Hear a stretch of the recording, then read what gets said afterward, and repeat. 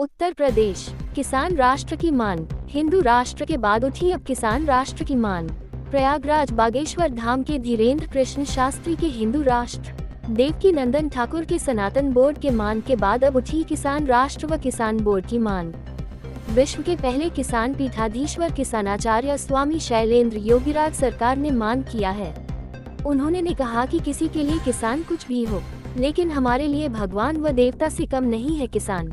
आज योगीराज सरकार ने कहा कि भारतवर्ष को किसान राष्ट्र घोषित किया जाए और किसान बोर्ड का गठन किया जाए, जिससे सबका पेट भरने वाले अन्नदाता किसान देवता को फसल का उचित दाम मिल सके, जिससे किसान की आर्थिक स्थिति और मजबूत हो सके।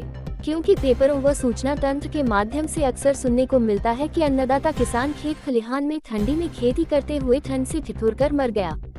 हमारे आपके भरण पोषण के लिए गर्मी में लू से मर जाता है, बारिश में बिजली गिरने से मर जाता है, खेतों में काम करते हुए सर्पदंश से मर जाता है, लेकिन किसान हिम्मत नहीं हार रहे हैं। अभी भी हमारे आपके लिए अन्न फल फूल पैदा कर रहे हैं, लेकिन फिर भी उनकी उपेक्षा हो रही है।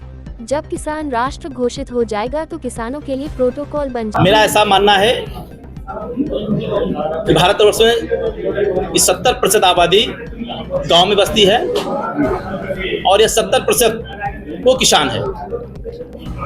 तो जब 10%, 20%, 30% वाले लोग अलग अलग तरह की मांगी कर रहे हैं, तो इस देश में संविधान बहुमत का है। जिसकी ज्यादा संख्या होगी उसकी वो मांग करता है।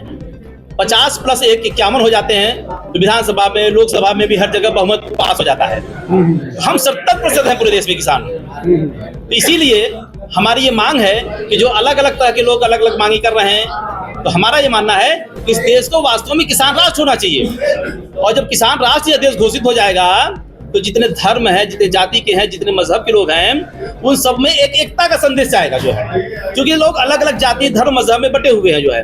जो सबसे ज्यादा इस देश वो किसान है। और जिनकी आप 80% बात भी कर रहे हैं, मान लेता हूँ, वैसे 80% नहीं है, मांग अगर कर रहे हैं तो वो भी किसान ही है। उनमें भी बहुतायत तो किसान ही है। तो अधिकतर देखा जाए तो सबसे ज्यादा इस देश में किसान रहता है। इसलिए इस देश को किसान राष्ट्र घोषित होना चाहिए और किसानों के लिए एक बोर्ड का गठन होना चाहिए।